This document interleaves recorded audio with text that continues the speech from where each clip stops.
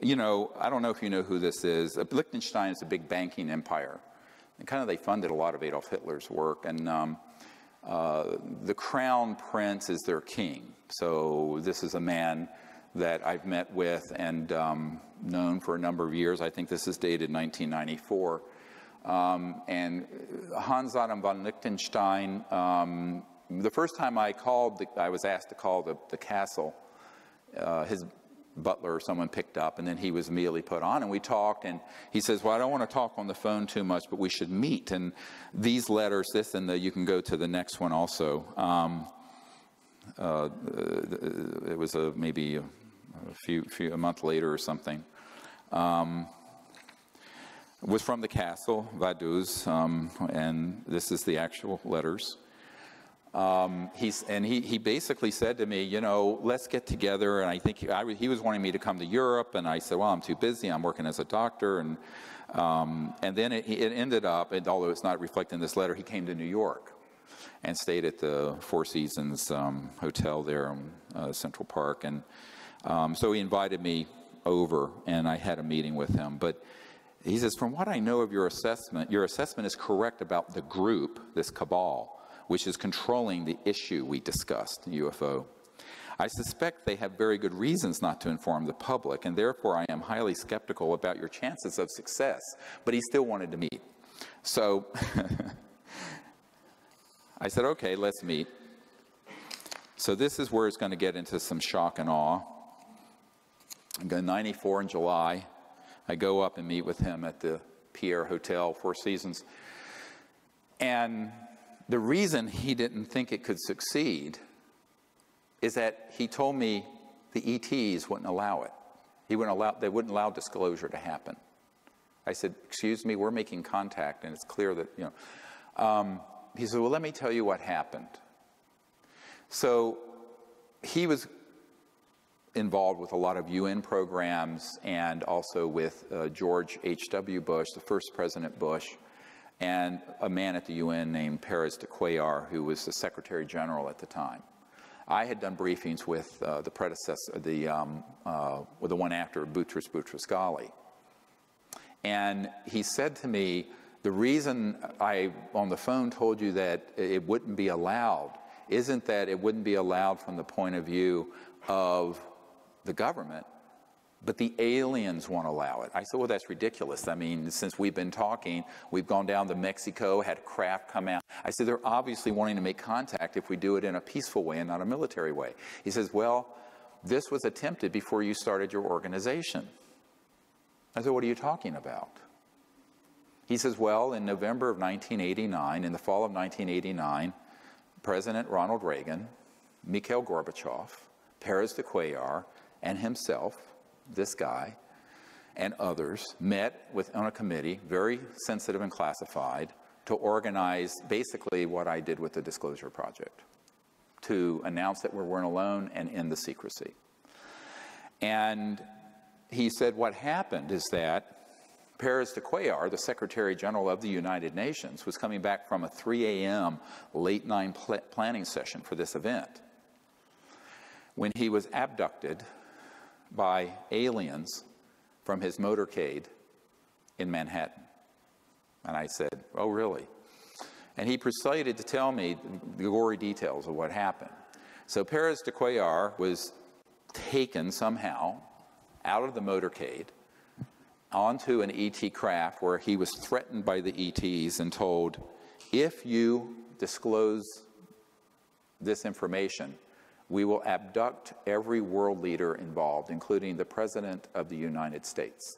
Now, this is from a person who was at the table for this planning session. To my ears, now to you. And I went, oh, come on, really? And he said, yeah, it blew up like an atomic bomb in the Bush White House. Subsequently, I found out that up at Kennebunkport, there were all these UFOs zipping around when Bush was up there out on his cigarette boat. And they didn't realize they were ours. So now we're getting into false flag 101, up to and including being able to deceive members of Magic.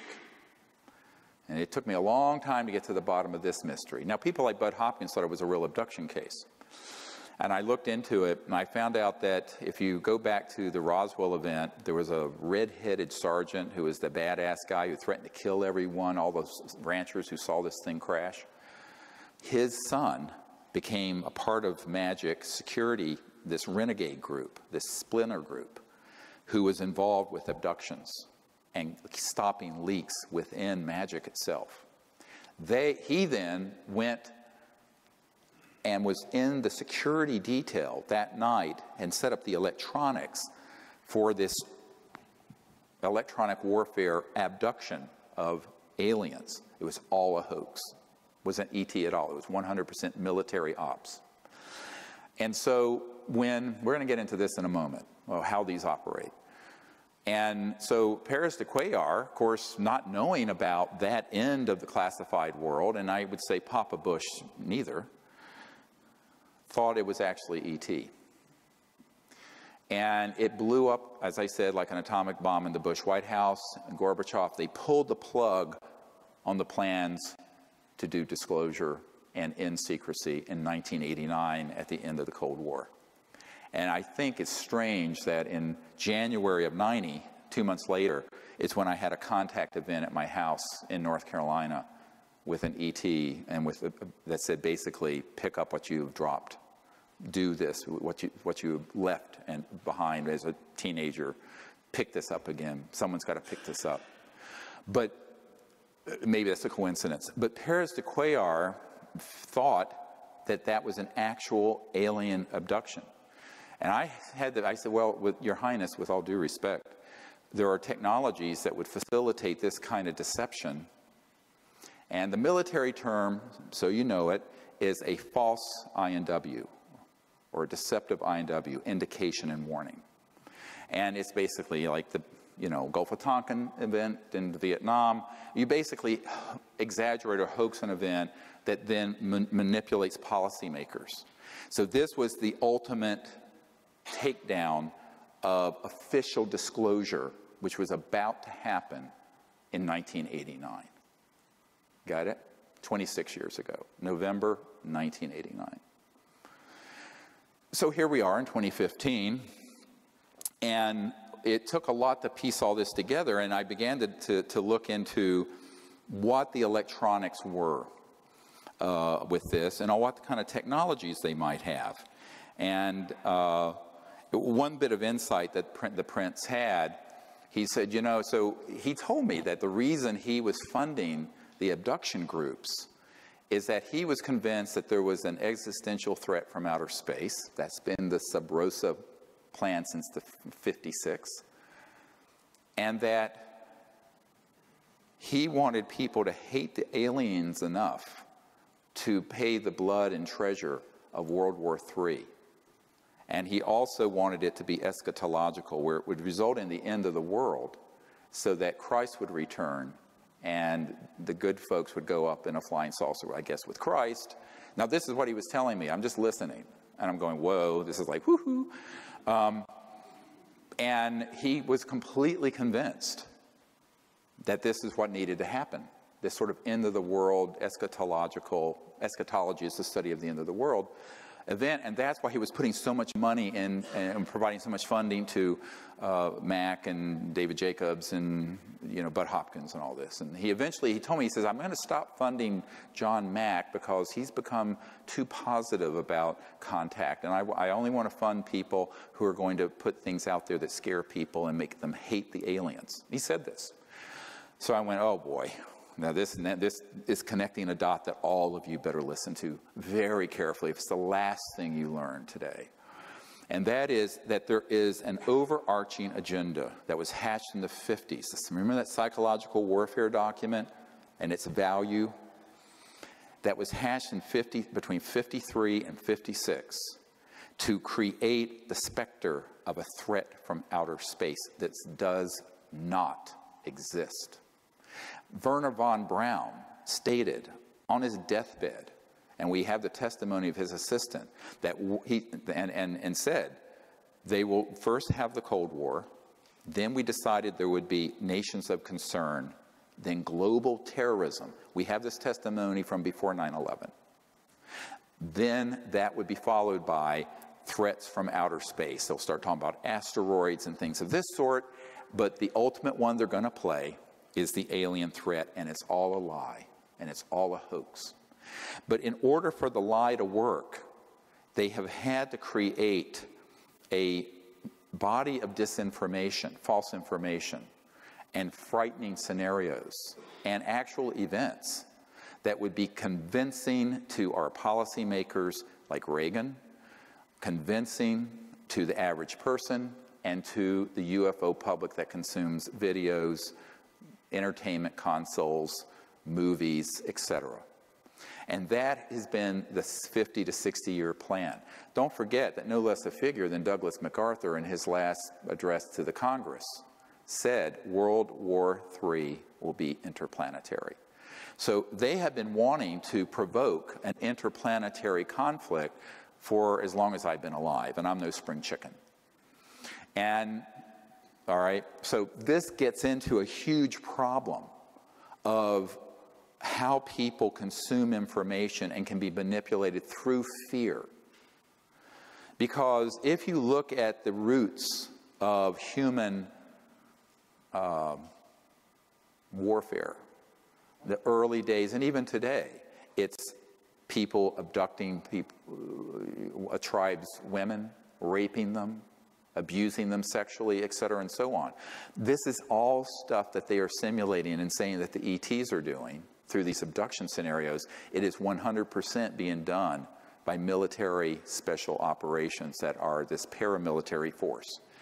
And this is the deep end of the pond. Now, when I discovered this back in 1994, now this is 21 years on, I was told by someone in the intelligence community, don't talk about that, because that's what's really dangerous for you.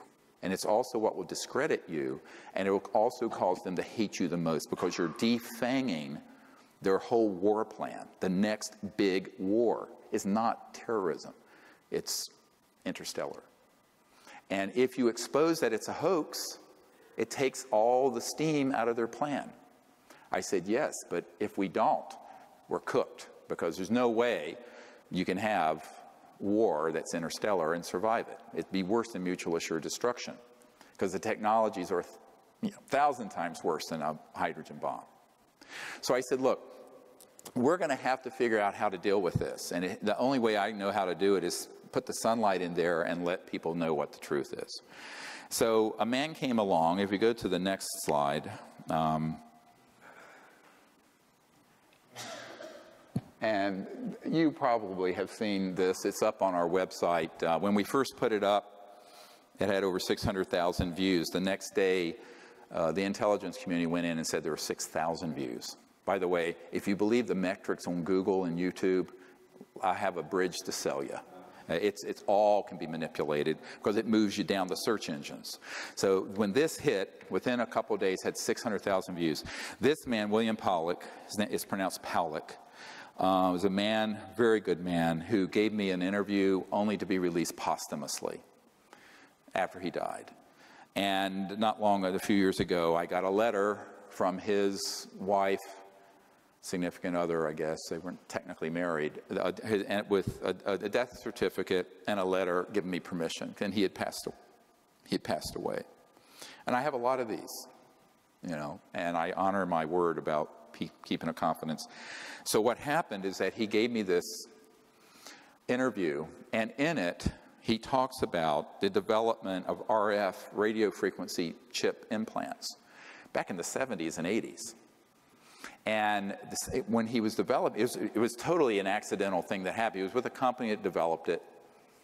He then got called into the CIA, and they started doing special programs for the CIA to develop it. And at a certain point, Siemens in Silicon Valley manufactured 2 billion of them, with a B, of these RF chips. And the way they work, I mean, they can be so miniaturized, you could eat something with it, it has a radio and it can transmit not only where you are, but the really advanced ones have a neurophone capability to control thought and behavior. Very sinister stuff. So you can actually do a lot of psychological warfare with these RF frequency chips.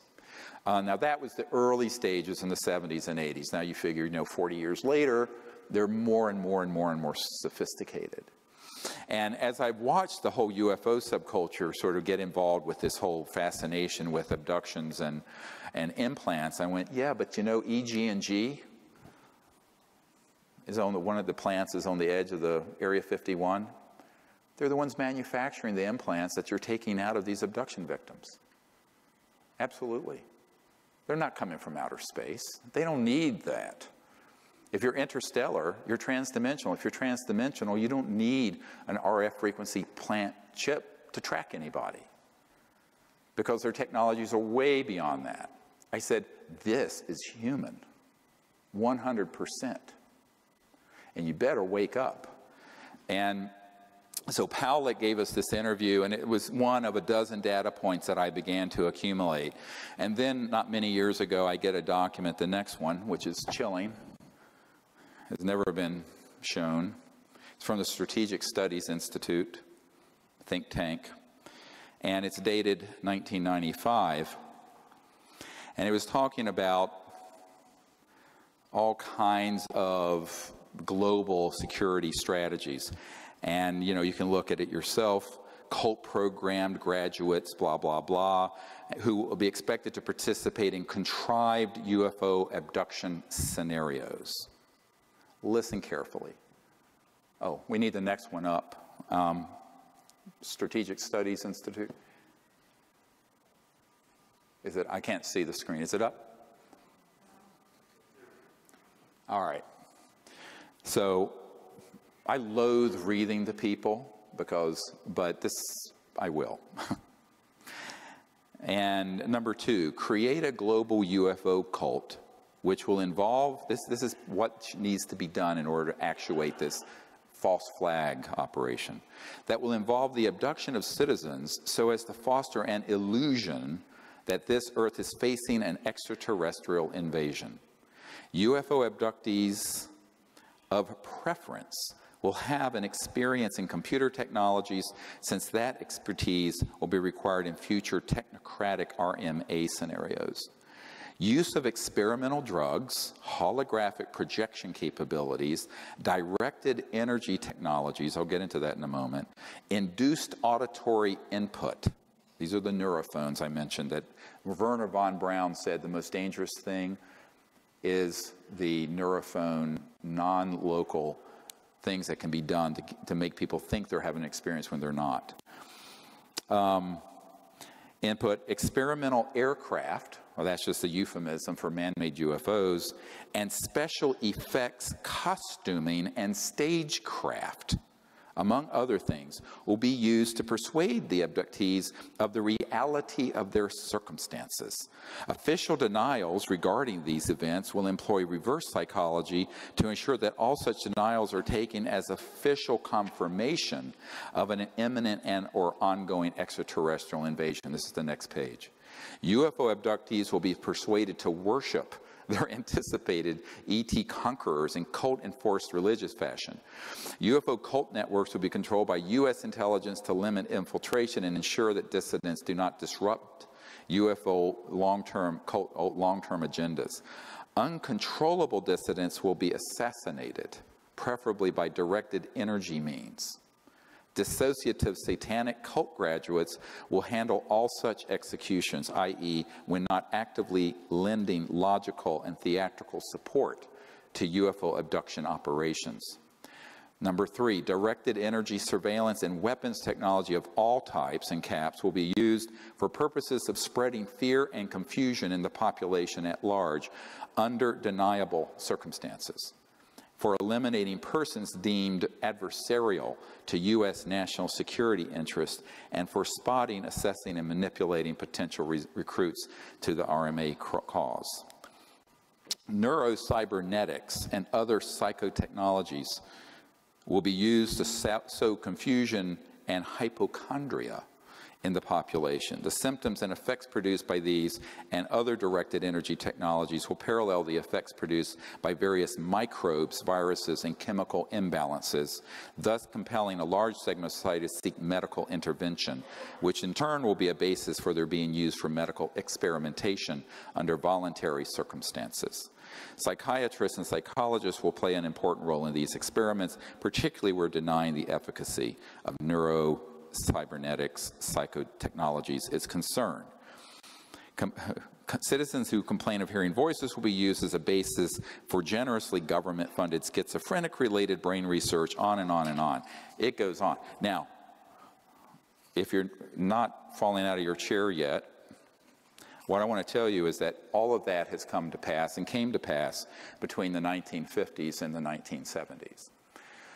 A man that I worked with before his death had developed an electronic system in 1956 or 54, that would enable someone electronically to remote view anywhere, and could also affect, some of these have been called radionic psychotronic weapon systems, and they were developed decades ago.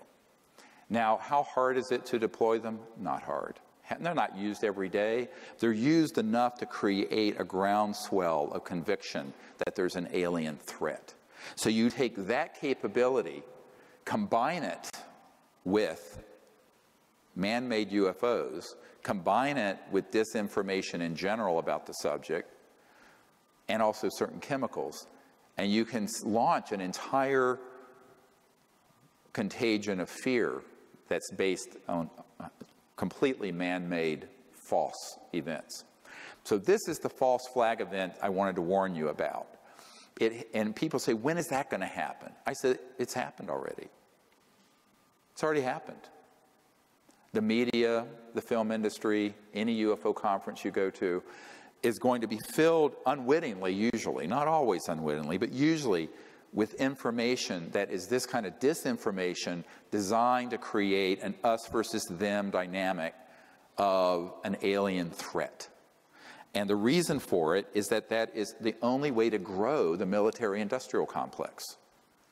You know, Leon Panetta, the CIA director and then Secretary of Defense, but when he was CIA director, said, you know, we're spending $110 billion a year chasing down 70 al-Qaeda members in Afghanistan. Ridiculous. And in order to sustain the level of expenditures and grow the military-industrial intelligence laboratory financial complex, you got to have another enemy. And as terrible as the terrorism threat is, and it's real, it's nothing compared to what they could do, like in the movie Independence Day, where they stage an attack using man-made anti-gravs that look very ET, with this kind of technology, that there's a threat or an attack on Earth. So, heads up, Wernher von Braun, on his deathbed, warned that this would happen and it would be hoaxed. We've had so many people. I have met with one man, I can't get him to come forward, and then another, and then another, and then another, who spoke of, in the early days, they used, I know this sounds terrible, but he was a little guy, and it was a little, he was so short, and they basically did like you would in a movie, suit and head and mat to make him look like an alien.